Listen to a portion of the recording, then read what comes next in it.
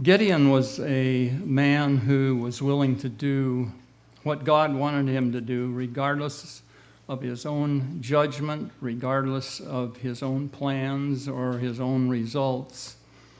You know, if you've ever been in a motel or a hotel traveling, you usually see a Gideon Bible. However, I've been in a couple recently where they don't have them any longer. I don't know if they're being phased out by, some of the larger chains, or if that's a trend or not. But anyway, if you look at the cover of the Gideon Bible, there's a symbol on there of a torch and also of a pitcher, and that was symbolic of how Gideon and his small band of men overcame the Midianites. The story is covered in Judges 7, and you can turn there if you'd like. I'm going to be paraphrasing most of the story, so I won't be referring to specific verses. But in any event, it began with 135 Midianites, 135,000 Midianites encamped in this big valley, and Gideon had a troop of 32,000 against them. So the odds were roughly a little less than 4-1. And he was talking to God about this, and God said, the people that you have with you are just too many. And I'm going to change that number, because otherwise they're going to say by their own hand they were saved.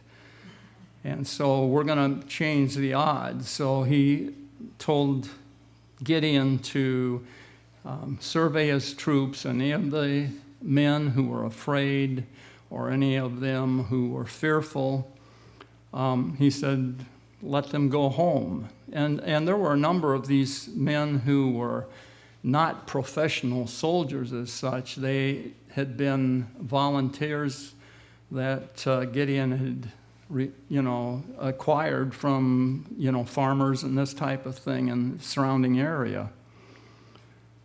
Anyway, that left him with 10,000 men. So the odds were increased from 13.5 to 1.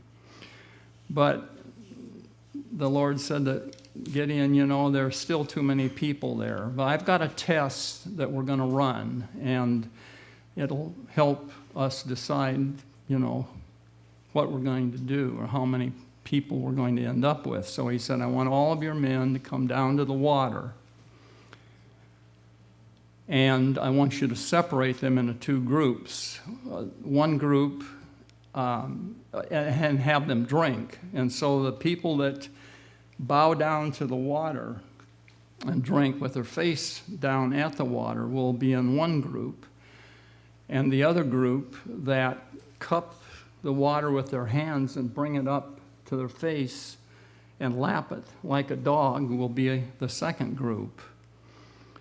And so when he did this, there were only 300 men in the one group that had lapped the water, and the 9,700 in the other group who bent down and bowed their knees to drink. And so God said, well, you send that group home, or back to their camp, which is where they went. They didn't go back to their homes like the first group did, but they went back to where the army was encamped, so they were fairly close by.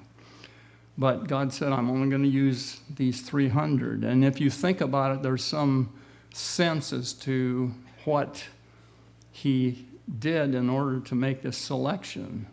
He wanted men that were wary. When you have your face down in the waters, it might only take one person to come and duck your head underwater and drown you. Whereas if you're up and you're looking around while you're drinking, you're aware of what's going on around you. It's very difficult for one or maybe even 2 or 3 people to creep up on you. So these men were alert, and they were aware of this. And so God says with these 300 men, you're going to save the nation of Israel.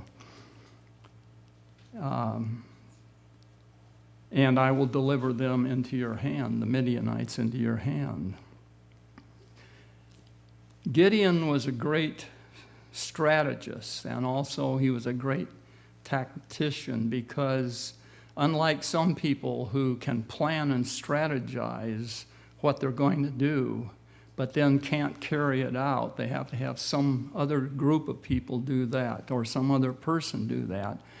He was capable of both things. So God obviously inspired him to do what he did, but he was the one that came up with the idea. He said, okay, I want each one of you men to get a clay pot. And I don't know if they had time to, build these to specifications, or if they were able to find exactly the type they needed, but they needed to be long and narrow so they could put a torch inside, and so far down from the brim that the light couldn't be seen from the camp below. And so they somehow designed their pots to be that way. And they lit a torch somewhere below the brow of the rim of the hill where they were, where the fire couldn't be seen. They lit the torch, put the torch in the bowl, and then he said, take a trumpet in the other hand. And when you hear me blow my trumpet, I want you to pull the torch out of the clay pot, and you blow a trumpet too, and then say, the sword of the Lord, and Gideon, and Gideon as well. And so they were supposed to do all of these things. And it doesn't say anywhere in there they actually were carrying a sword. And I suppose they could have had one strapped onto them, but with a big clay pot and a trumpet in the other hand, there wasn't a lot of extra room. He was very good at planning this whole thing, because he said, we're going to do it at the mid-watch, maybe midnight, or we'd call it the graveyard shift, when the camp was completely asleep. The men going off duty, the sentries going off duty, had been on watch for 48 hours and were really tired and, anxious to go to sleep.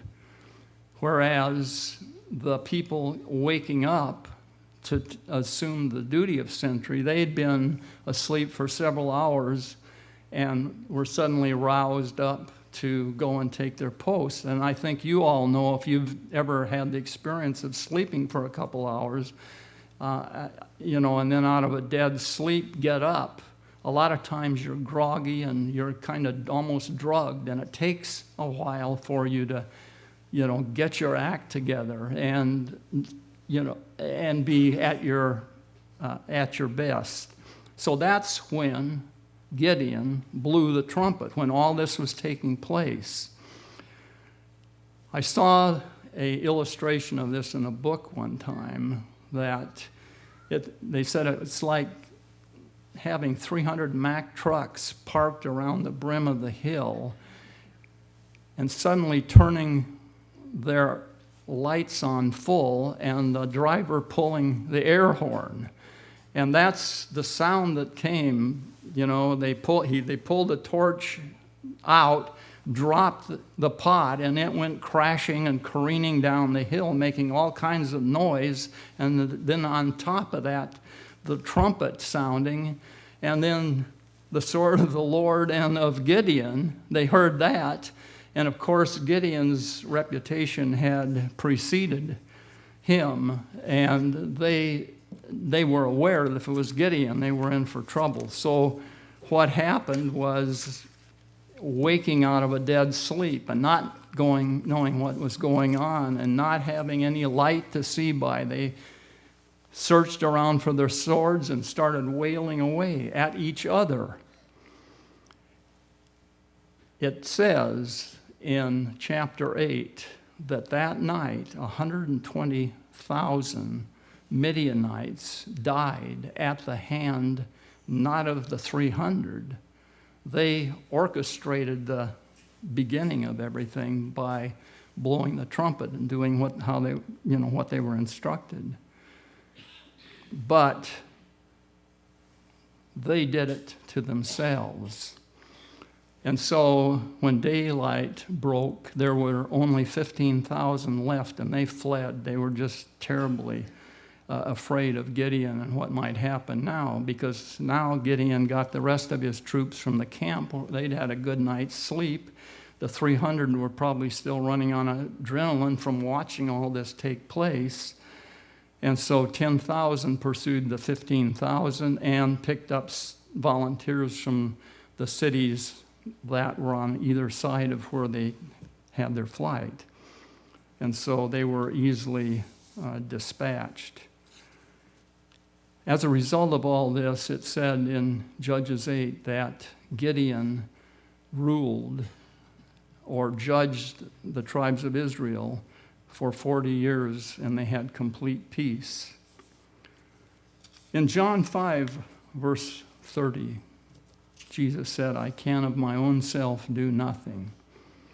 He didn't mean just elementary things like brush his teeth or latch his sandals or things like that, but anything of any value, anything of a spiritual nature, he had to rely on the Word of God. In Ephesians 6, verse 17, you can turn there, Ephesians 6, verse 17, we're told, "And take the helmet of salvation and the sword of the Spirit, which is the Word of God." So the sword of the Spirit for us, God's sword, is the Word of God. Well, what are the odds facing you? 4-1, 13.5-1, 450-1, which is what the 300 were compared to the 135,000. Do you have an irascible boss, a resolute, unyielding spouse on some point of child rearing or family budget, or a rebellious teenager out of control, or some other family member that has a problem, or a creditor threatening you with bankruptcy? What are the odds you are facing? Remember Gideon and the tremendous odds he faced, and yet how the sword of the Lord helped him to overcome and win the battle. No matter what the odds, when we use that same sword, we will become victorious.